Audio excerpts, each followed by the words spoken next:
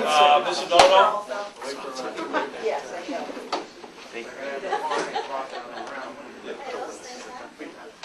Mr. Noto, we're going to call this to the town. Mr. Noto, we got to do the special meeting first, right? Public hearing. Public hearing. So I can get a motion to call the public hearing to order? No, you can do the presentation first. Yeah, You can? Yeah, sure, Okay. yeah. Absolutely. All right. Yeah, well, let me bring the, in fact, Mr. Reno, would you introduce our honored guest and ask him to lead us in the Pledge of Allegiance?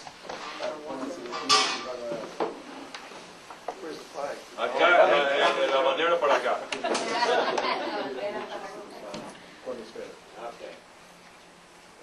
Okay. Pledge allegiance to the flag of the United States of America and to the republic for which it stands, one nation, under God, indivisible, with liberty and justice for all.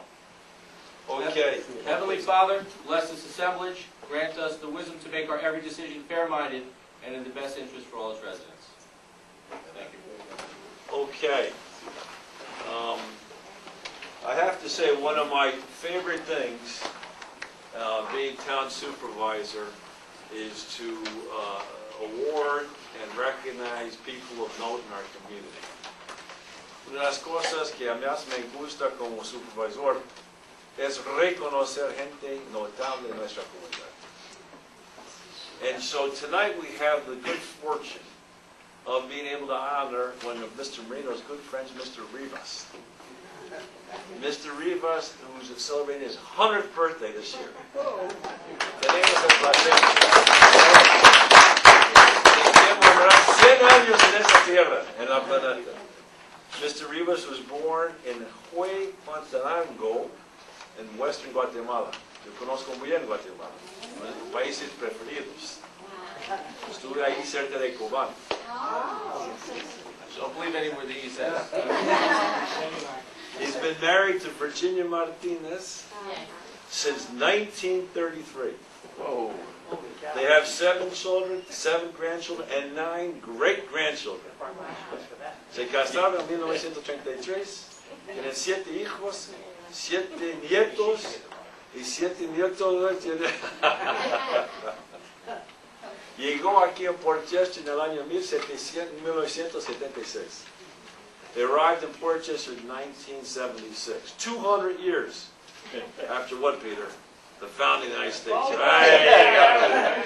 historian. 200 años después. He worked in the United Hospital for 10 years and IBM for 9 years. Que trabajó en 10 años con United y 9 años con IBM. Es un miembro de la Iglesia Pentecostal El Olivar. And he's a member in good standing in El Olivar Church. This is what makes America beautiful. This is what makes Port Chester beautiful. I think Mayor Pagano, I guess he's left, to bring people like Mr. Rivas into our community. And it's a great honor for me to celebrate 100 years of his birthday. Eso que hace que los Estados Unidos es un gran país. Poder hacer la bienvenida a señores como los Rivas, que vienen aquí a trabajar fuerte, levantar sus familias, compartir sus familias con nosotros y hacer nuestra comunidad mucho más fuerte. Muchas gracias, señor Rivas. Que le pueda dar. Luis, ¿cómo te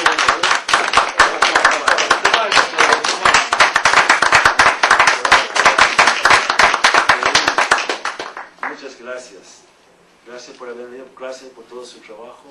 Gracias por su vida. Thank you very much. Thank you for all you do. Thank you, Mr. Marino. Thank you again, and appreciate everything we do. Like you see, it's in good shape. Very strong guy. The reason I know him a lot because he lives right next to the firehouse. I see him every day. Cut the grass. He still works. He's a good Well, guy. listen, cuando cumples 200, we got the 200 next to Mr. Marino. Thank you. Muchas gracias, señor Rivas. Gracias, muchas gracias, muy amable. Gracias, gracias, señora. Ok, gracias, muchas gracias. Adiós, gracias. Thank you very much. Thank you. Muchas gracias. Muy amable. Gracias. How do I do, Nick? Very good.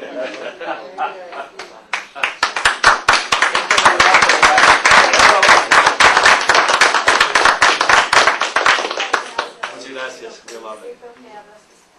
Muchas gracias. Okay, now can we call the public hearing to order, Mr. Noto? Yep. Okay, got a motion to bring the public hearing to the order? So moved. Second? Second. Motion to pass Ciao, ciao. Motion passing me on Take care of it. I wish I could speak English so well. Okay, Mr. Miller, you want to explain to Sure. people why we're here? Yeah. Good evening. There's no microphone, I guess? No, no mics. Great. Speak up. No one's been able to hear us the last two How are you meetings, gonna Tom. hear us on TV? Any case, so hopefully we're working on that. All right, so we are here for a public hearing on local law number 1, 2013. This is income and expense statements.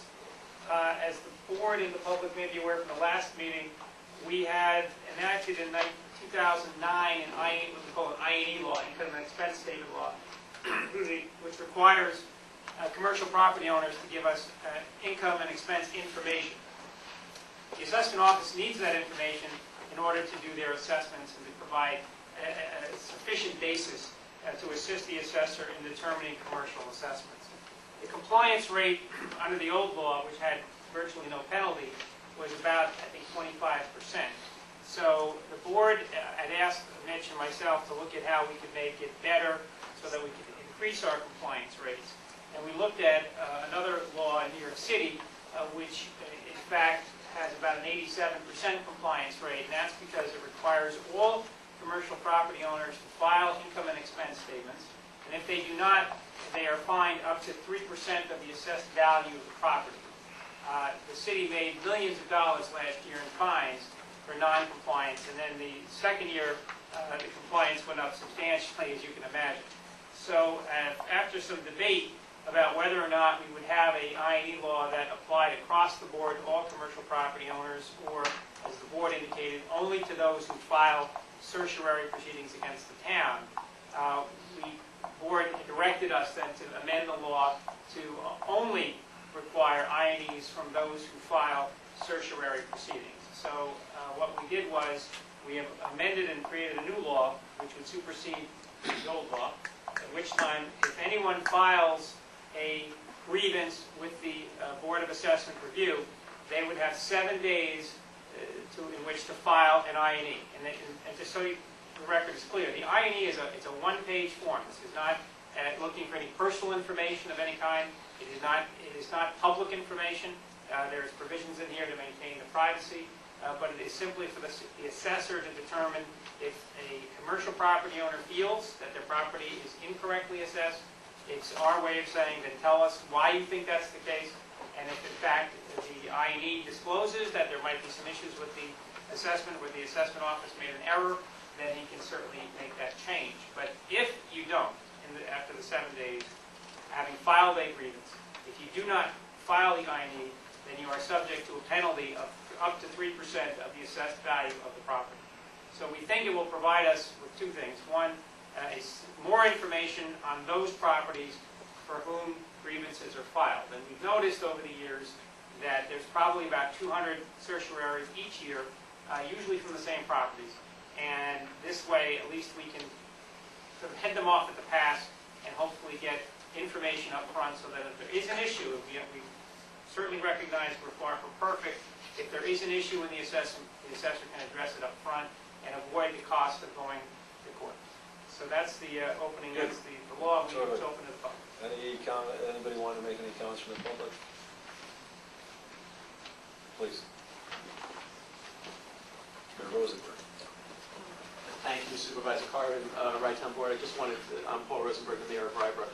Just wanted to let you know, and I'm sure you do, just for the public's own edification, that the Bright Town was kind enough to present us with a draft of local law, of the town law, which we at our last meeting endorsed unanimously at our last board meeting. So we're completely in agreement with you that this is something that needs to be done. Thank you so much. Thank you, Rosenberg. Thank you. Any comments from the board? Well, I was actually just wanted to say to the Mayor of Rybrook that this is we always think we're trying to do the right thing for all the communities, and I want to thank you for coming and giving us that endorsement, not only from you, but from your board and from the Village of Rybrook. That's important to us as well. I think that it galvanizes us in our decisions that we're making going forward, that we are doing the right thing. So I thank you. Thank you, Mayor Rosenberg. I just want to say, we met with the Chamber of Commerce last Thursday. We entertained a lot of questions, it was a long conversation, and I think that they also came around to the view that this is helpful to the Chamber, because the big losers when we don't get the valuations right, or the other commercial property owners. So I guess we got a motion to bring the, what do we do Well, first, now? is there anyone else in the public that wants to speak? Then you No. can close the public hearing. Right, so can I make a motion to close the public hearing? So moved. Second? All in favor? All right. And now you can adopt the law Okay. by motion. Can I get a motion to adopt the law? I just want to go to letter I on page 3. I think this, where it says, upon adoption as local law number 1, 2013 is rescinded. Yes. Okay, no, this is, So it should be local law number 1 of 2009 is rescinded. correct. That's okay. I thought I made a mistake. Oh, Deputy Catch. Supervisor Villanova. Well, I figured Gelfarb, Wanted to dig in Gelfarb's not here, I better They start wanted reading to dig in everything. today. Watch out, Gelfarb went over. Yes, so that's as amended, 2000. Can I get a motion to approve the new law as amended?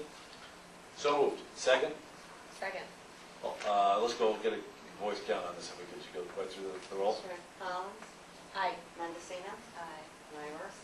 Villanova? Yes. And Carvin? Yes. Perfect. Well, thanks for, I think this is really important. I think it's really important legislation. Yeah. And I think Mr. Markins will be terribly pleased that I'm very confident we'll get a move from our 27% compliance rate of those that file certiorari very close to 100%. So thank you so much for your support, Mayor Rosenberg. Thank you, Board. I think this is one of the most important things we've done this year. I'm going to rework the agenda for tonight. I have to apologize. I'm going to have to leave in about 15 minutes. John Dick, who many of you know, has been with the Rotary for 40 years, and I need to go give him a presentation, a proclamation, and he was my first basketball coach, and so I feel particularly honored to be able to do that. So with the board's permission, we're going to go through a couple of the items on the agenda, and then what I'm going to do is turn it over to the Deputy Supervisor Villanova. Of course, the board really likes it when I do that, because then the meetings get cut in half in terms of time. Bring some of these items to like to bring first, and I'll let you know if I think. So I want to go straight to resolutions, the sale of our West William Street garage, and Tom Terry, I think you're going to help us understand that.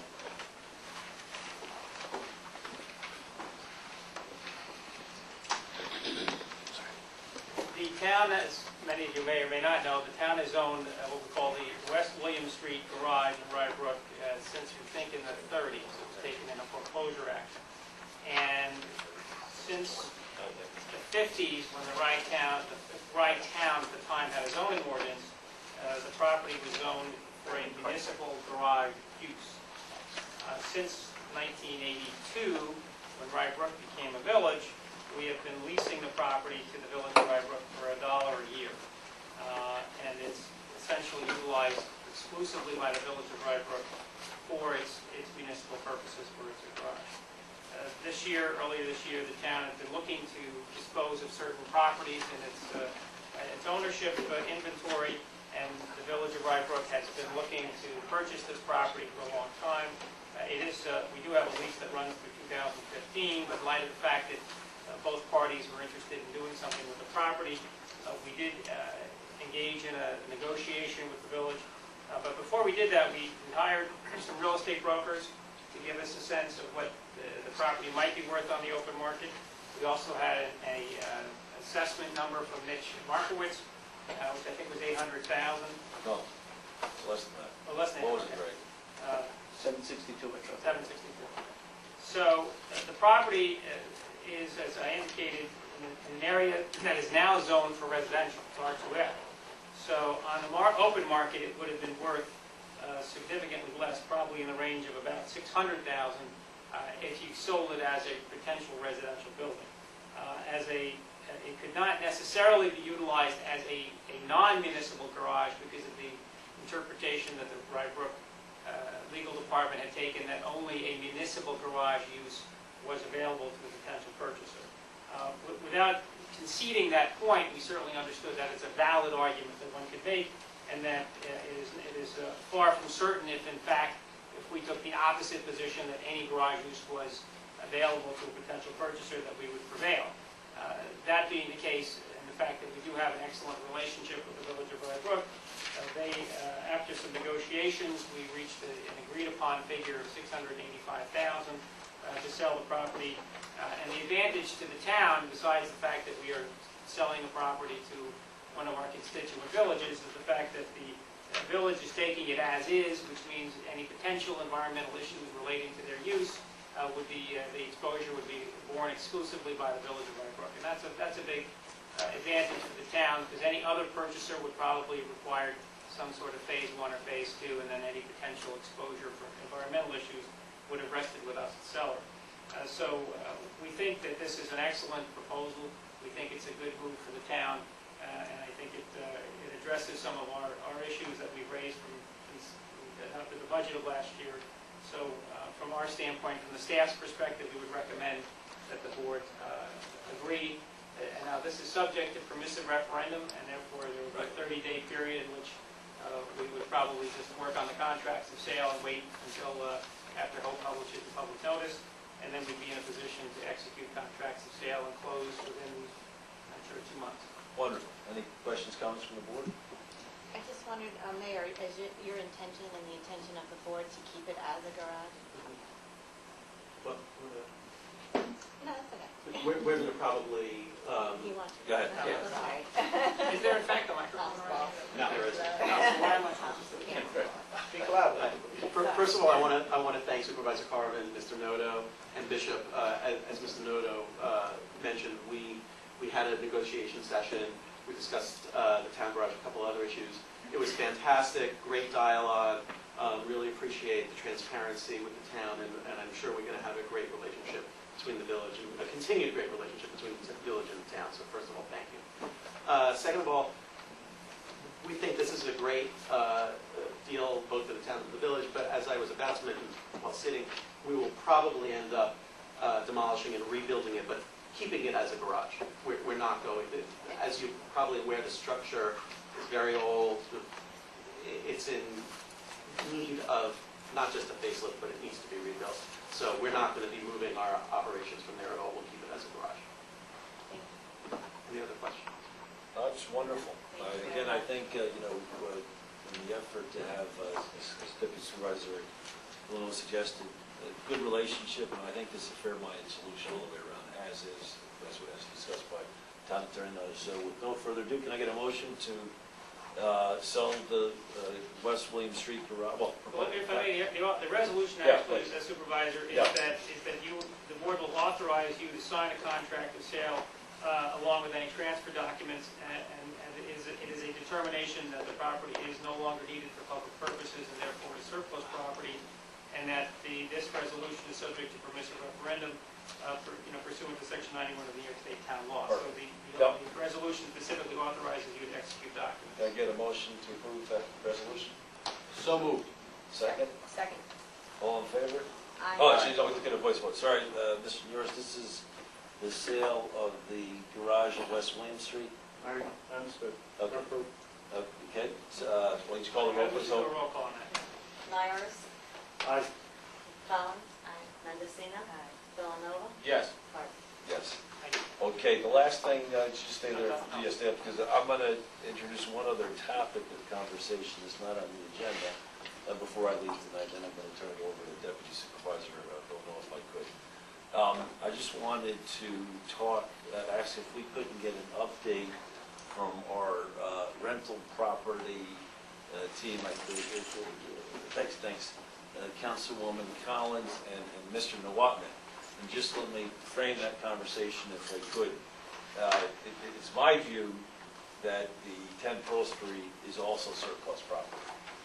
We really only occupy about 1/3 of the building, and as this board knows, we've been trying to rent out the space at 10 Pearl Street for a number of years without any real success in terms of market rate, in terms of generating return. So it's my recommendation that we give serious consideration to selling 10 Pearl Street.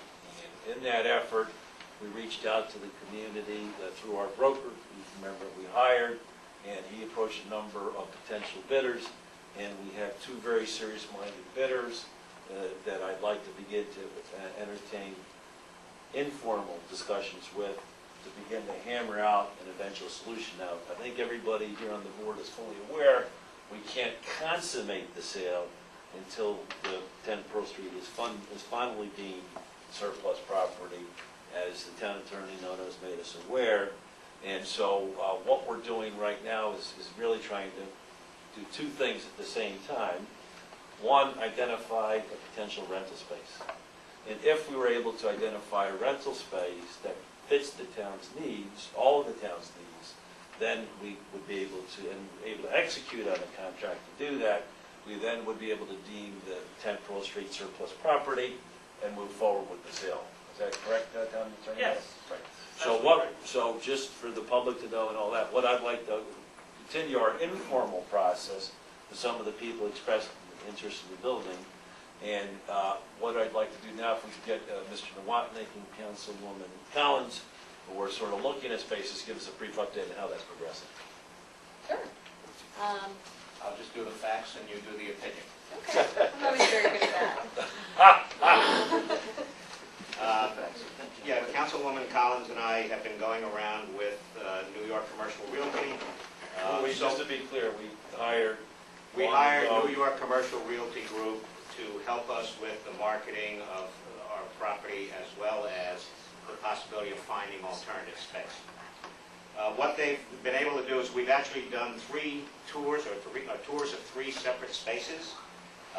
The Gateway Building, which is on the corner of Grace Church Street and South Main Street, that's the glass building downtown Portchester. They have space that appears to be adequate for us.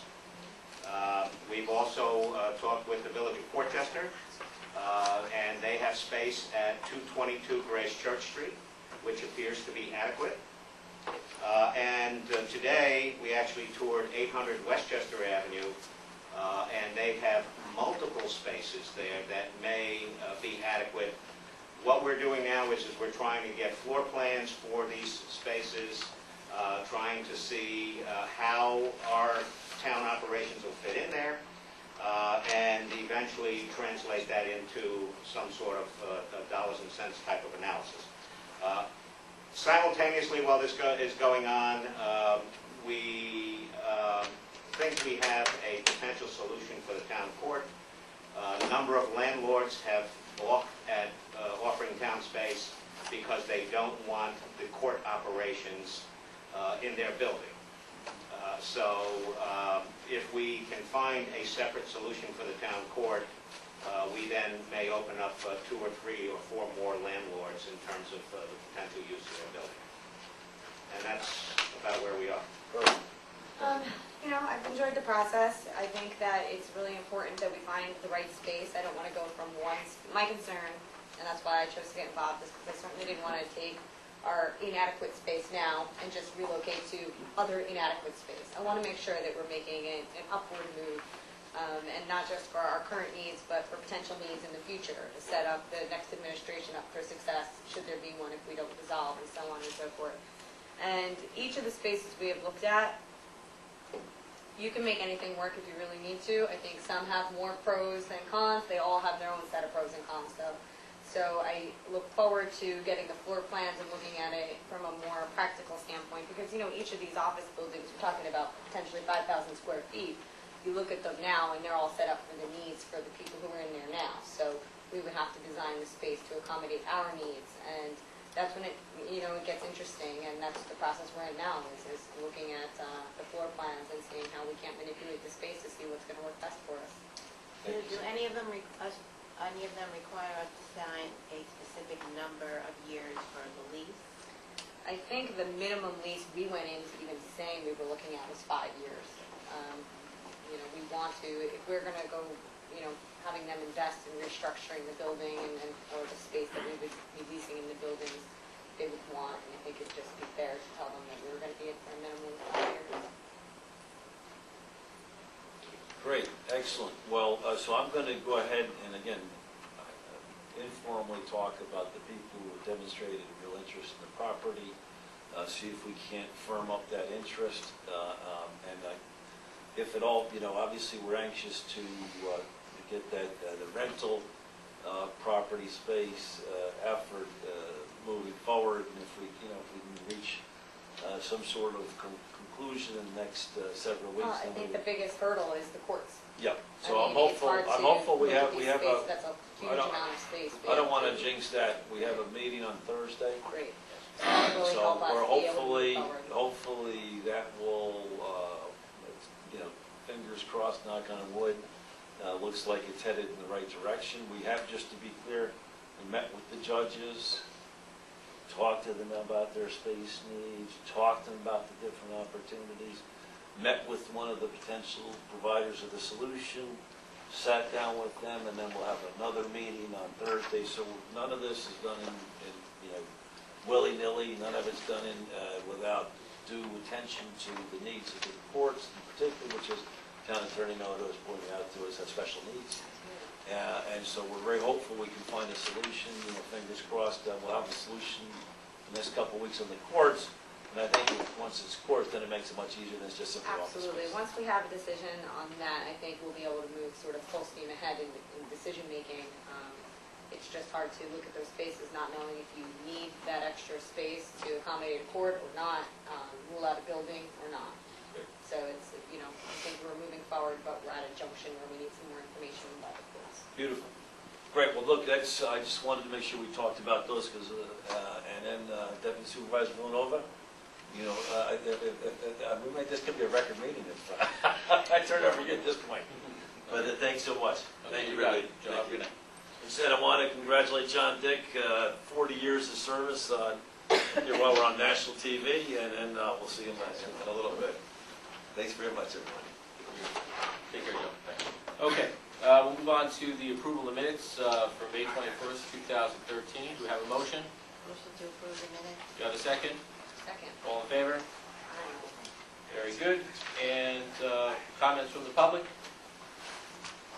Anyone? You want me to go to the middle? Sorry. Why don't you move the camera, Tom?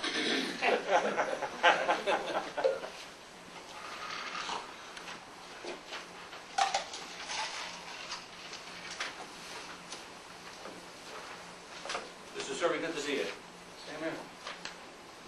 I really wanted to address my questions to the supervisor, but it's too bad that he's leaving. At the last board meeting, I asked a question and it really wasn't resolved, so maybe tonight I can get it resolved. So I'm going to ask you, Mr. Villanova. Okay. In 2011, when the contract for Crawford Park and Oakland Beach was put out, when it was awarded to the contractor, I'm talking about 2011, did the contractor have a license? Yes. I disagree with you. You can disagree. Get a license. When did he get it? His business license was what year? January 8th, 2010. January 8, 2010, he received his business license. That's not what I heard. Okay. What I heard was, I know what you heard. You mentioned it last month. The facts.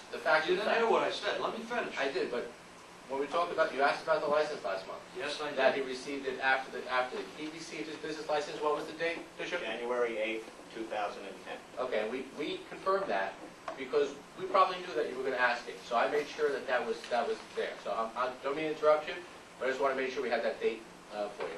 Well, I called up, and I'm not going to tell you who I called, but You can call anybody. I was informed that he got his license in April of 2013. So if you're telling me that he got it in January, whatever, I would like a copy of that. I would like to see that. You can get a copy for Mr. Serby? Yep. Bishop, good.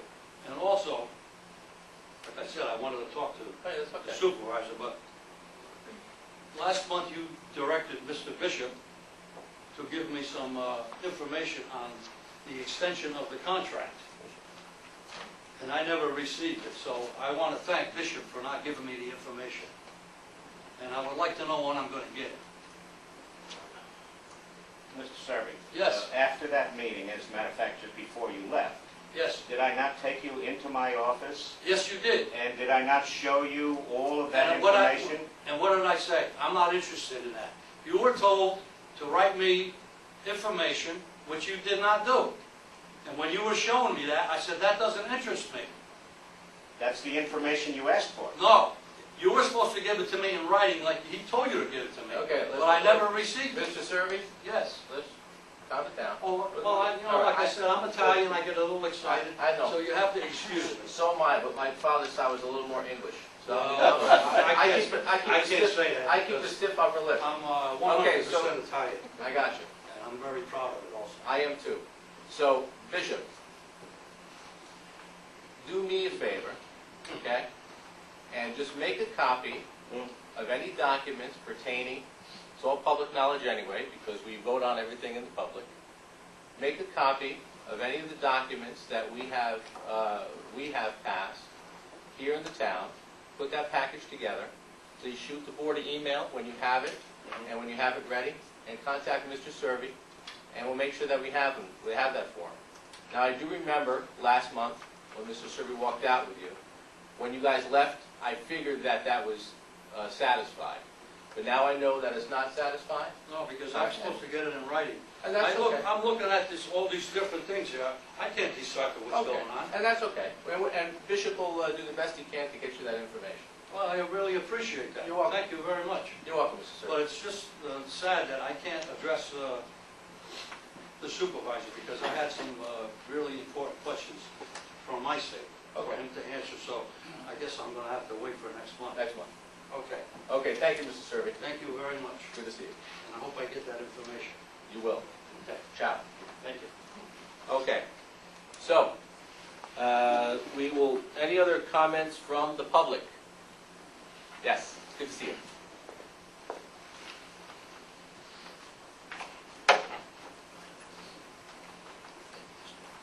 My name is Peter Feynman. I live in Portchester, and I'm here to talk about a project that we have been discussing in the past on community cultural heritage celebration, or at least that's what I'm calling it. We don't have a short acronym for it yet. Greg and I met a few weeks ago, and we put together a schedule of events that we think can help promote community activity, community connection to the culture and heritage in the town of Rye. And I'd just like to get some go-ahead from the board to start to make this a reality, or find out what the obstacles are if we can't. I'd like your permission just to go through a couple of these events. Absolutely. Okay, the first one would have been, or will be June 29th, Founder's Day, which is the actual anniversary of the founding of the town of Rye. And we've discussed having that as an annual event, a low-key one. We're not talking about the 350th. We were talking earlier with Christy perhaps about something in the Crawford Park or at the town of Rye, the town hall, with just a celebration, and use that as a kickoff and a launch point to talk about our programs for the coming year. And then invite the various members of the community to attend, which might make Crawford Park better than the town hall. Agreed. So we can go ahead and try What to I would probably do is, make that happen. yeah, go, is there other multiple items? Well, yeah, I'd like to at least give you other.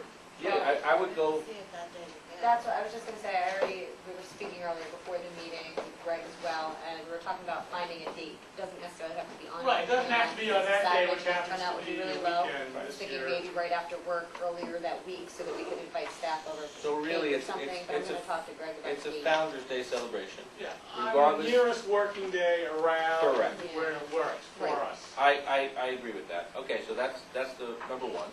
So I'm happy to work on Okay, it. then in Thank you. September, there were a couple of possibilities. The first is the presentation of flashbacks at the Capitol Theater. Camille and I met with Tom Bailey. He's very supportive of doing that. I think we picked a date. Part of the reason for September, though I initially had talked about June, was that the Portchester School Superintendent wanted it at the beginning of the school year, so teachers would have the opportunity during the school year as they're teaching local history and community involvement to refer back to it.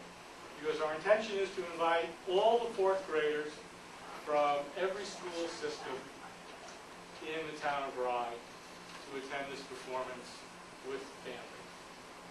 As their sort of introduction to the town of Rye as residents. And that this would be done on an annual basis. So there seems to be, on the theater side, willingness to do this on a regular basis. On an annual basis. On an annual basis. All right, Mr. Tyrone, let Cindy Lauper know 2014, she can't go that day, all right? Well, we can vary the day at the beginning of the school year, but Well noted. we'd like to She do could now, provide some though, historical records, yeah. but what we need to, well, I'm coming to something like that.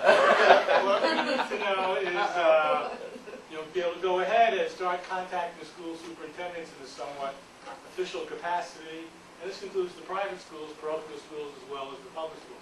This is for all fourth graders in the community. So there's some legwork that has to be done, and we'd like to do it before they all disappear for the summer. And know this is a sort of official town project that we want to get done. And then Camille will come up with our budget for what she needs to put the play together. Okay. I think we might want to consider adding a scene to that, by the way. What did you do during Sandy? And bring it up to date as the most recent historical event that we've all experienced. I was 8 days, 2 hours, and 22 minutes without that artist, just for the record. Not that you were counting. Not that I was counting, but just so you know what happened. We've also talked about having an event in Crawford Park. It could be in September, it could be in the spring, good weather is nice. That would include a scavenger hunt that Christina is interested in. Now we know there's a teacher at the Portchester High School that does an American Revolution Living History Day, where he uses the park right now. He rents the park right now to do that. And I know I just came from Somers, where they have a Living History Day also, as the kids dressed up in military costume, reenactors come, tents put up, other things like that. They do that in the, just before Veterans Day, just before Memorial Day rather, every year. So I'm just mentioning that as a possibility. I think we also have a PowerPoint presentation on the history of the park, is that right? We have a PowerPoint of documentation from the Crawford family, the today Crawford family, that went back and sort of archived their pictures that they had, items within the houses of relatives, and so it's like a picture of a painting that somebody's great-great-granddaughter has in their house. And so there is quite a story there, and I think it's about 45 pages long. That's a long PowerPoint. Yeah, it's more of like a PDF, actually, I should say. I don't think it's really a PowerPoint. Okay, I think it's more of a That's PDF. But Because we're also thinking about, have the again, hard copy as well. we may not have time to do this for September, so we might push this back to the spring, but to ask the residents of the community if they have photographs of events of their family in Crawford Park. Could be a wedding, a picnic, whatever it is, that they would bring these photographs in, and we would have displays showing here are the residents of the community enjoying Crawford over the last 50, 60, 80 years, however far, maybe 100 years. Not here anymore. However long that they've been here in the community and have photographs, might even show several generations. And one other thing was what I call then and now, which is something Putnam County did for their bicentennial in 2012. And this is, I would like to use this with high school students, where they go to the archives and they get a photograph out of the archives of what the town looked like 100 years ago, or whatever the picture was. They go to that site today, take a picture, and then compare. Oh, this had trolleys, this was a farm, now it's a CVS, whatever it is. We just look at the before and after, and this is a way of getting the kids connected to their own community by having them actually go to these places and do the research. Could be the school building, how has the school changed? Could be their own home, what was there before it, or how has it changed over the years, or any of the commercial areas. And we also wanted to have one event at the Rydetown Beach. We're not quite sure what it is or when we should do it. Part of that might be also include going out to see the town from the water. because many people in the community have never really been out on the water and never really seen it. So we have a lot of landlocked residents who might be interested to see what the world looks like from there, and to be in touch with the science teachers from the 3 school districts about how they teach ecology, how they teach Long Island Sound. I think there was an article in the paper yesterday with the catching of crabs right here in the Nature Conservancy that a college professor was doing. So we want to introduce people to the ecology of the community as well. October is officially New York State History Month. We don't, excuse me, necessarily do anything, but one thing I was thinking about is that we use this opportunity to take oral histories of residents. And that came up in the luncheon today with the community organizations over in Dorchester, that they're looking to take some oral histories. And we might set up in each of the 3 high schools on 3 different days and just invite members of the community to come in and talk about, look, you've been here 75 years, or 100 years as it turns out, or what happened, what did you do on 9/11, what did you do on Sandy, or anything that their family has been through. And just a way of start to accumulate these oral histories from that. We have 2 holidays, Veterans Day and Memorial Day, that we'd like to, they're observed right now. Of course, we want to focus on the African cemetery and the monuments that have been constructed throughout the villages, honoring those who served in the various wars, and make that part of the event as well. Another holiday event was Thanksgiving, that we have a Thanksgiving breakfast or lunch, perhaps at 222 Grace Church. Obviously not on Thanksgiving, but somewhere in the vicinity of that. I know in New Rochelle, where I grew up, that was part of the tradition there, where it brought together all the civic, social, cultural, and religious organizations as a way of just giving thanks for being part of the community, having display tables up as to what they do, so people become aware of who they are and what's going on. And another activity was in civics, which has kind of been shortchanged in some of the school systems this day. We talked about having 5th graders come to the town of Rye and have a mock town meeting in the town hall or wherever you choose to end up. I mean, I have to change that. Maybe you have to figure that in. Where do you want students to participate? And then we would encourage the 4th graders to go to their local villages and have one at the mayoral offices there. Well, this would be another way of making people aware of their membership in the community. And finally, one that fits into the capital, the tools for change. As of now, local communities are responsible for the historic markers that we see. It used to be New York State did it, but now the local communities are. There is an organization, William Pomeroy, that now funds putting up these infamous blue markers.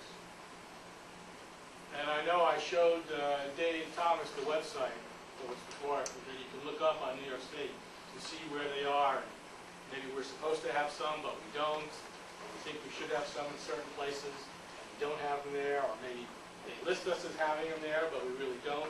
They've been destroyed or something. They will fund some, not all of them, but the person who funds it happens to be from Brooklyn, and she wants more downstate participation. Based up. These are the iron markers. Yes, yeah, right. Right. But you can create your own. And there's actually a form, which I have here from New York State, which, again, I like to use with high school students, if possible, which gives them an opportunity to document historic sites, like the Capitol Theater would be a perfect place to have a sign like this, and the murals in the post office would be another place that obviously would be historic. And there are other ones we can think of. And this would be a chance for them to go around. They can use this form, take the photographs, look at the GPS, document what it is, and then we can decide which ones we want to have signs, how much it costs, how many we can do. But again, it's another way of taking pride in our community and getting the students involved. I think that's important. I talked with Dave because I thought maybe Tools for Change might be a vehicle for doing that, since he's already working with high school kids in the 3 school districts. But they have a set schedule already for a curriculum they're working on with the professor from Duke who runs that. So I'm not sure if it fits in. We may have to go somewhere else to get them. And this is something to talk to the social studies teachers about getting them involved, or maybe as a senior service project or something like that. That's actually what I was thinking, is that Yeah. possibly reach out to some of the senior members of the community. No, when I say senior service, I meant seniors in high school. Right. Oh, okay, Based well, on-